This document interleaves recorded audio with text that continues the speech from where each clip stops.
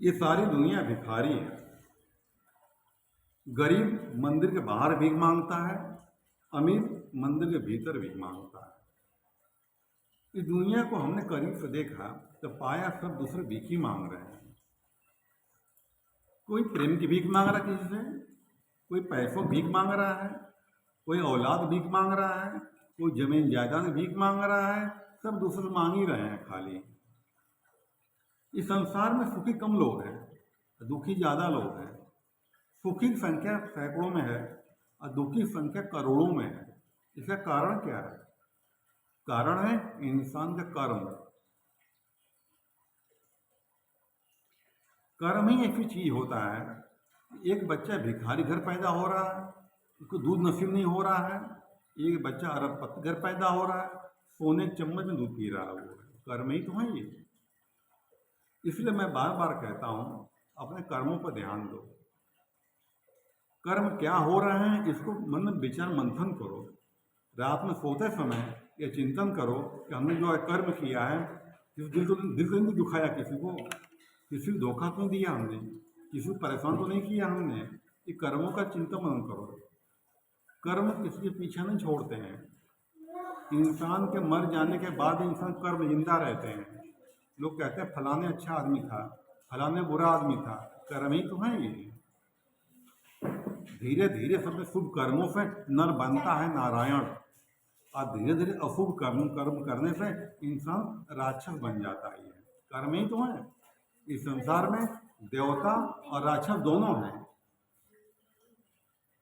अपने कर्म से ही देवता बनता है इंसान, अपने कर्म से अच्छा राक्षस बनता है। देवता कौन है और राक्षस कौन है?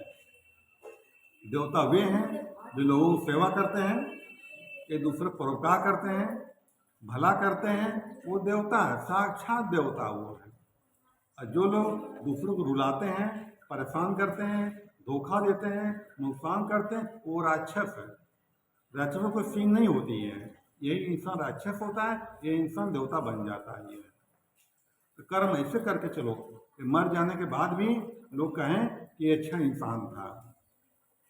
कबीर कहते हैं, कबीरा जब मैं आया मैं रोया जग हंसा, ऐसी करनी कर चलो मैं हंसूं और जग रोए। ठीक बाबू। एक अर्थी जा रही थी,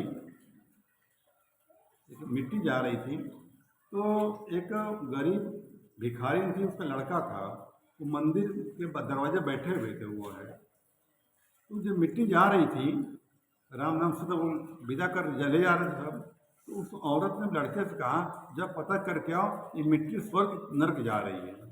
पंडित जी वहीं बैठे हुए थे।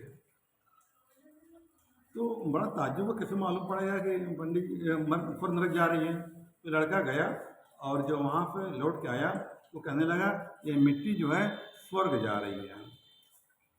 फिर थोड़ी देर बाद एक मिट्टी और गुजरी उधर से, तो उसको माँ ने कहा, बेटा पता करके मिट्टी कहाँ जा रही है? लड़का गया, लौट के आया, कहने लगा कि माँ ये मिट्टी नर्क जा रही है। पंडित जी बैठे बगल, बड़ा आश्चर्य हुआ कि तुम्हें कैसे मालूम पड़ा कि स्वर्ग नर्क जा रही है? वो लड़के ने बताया, जब पहली मिट्टी जा रही थी तो लोग बहुत ज़्यादा संख्या थी लोगों की, बहुत लोग रो रहे थे। बहुत लोग का बहुत अच्छा इंसान था, बहुत अच्छा इंसान था, बहुत भला किया, परोपकार किया, लोगों की बहुत सेवा करते की। और दूसरी मिट्टी जा रही थी, बहुत कम लोग थे, अब बहुत कम लोग थे और उसके पीछे उल्टा सीधा बोल रहे थे, अच्छा मैं हो गया मर गया, बहुत पापी था, बहुत शैतान था, लोग परेशान किया, बहुत लोगों को दुख दिया, बहुत लोग रुलाया। इससे मालूम पड़ गया ये मिट्टी नर्क जा रही है। ये मालूम पड़ जाता है इंसान को।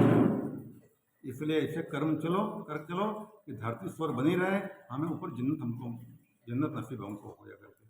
ठीक है, इसी बात में मेरा धन्यवाद।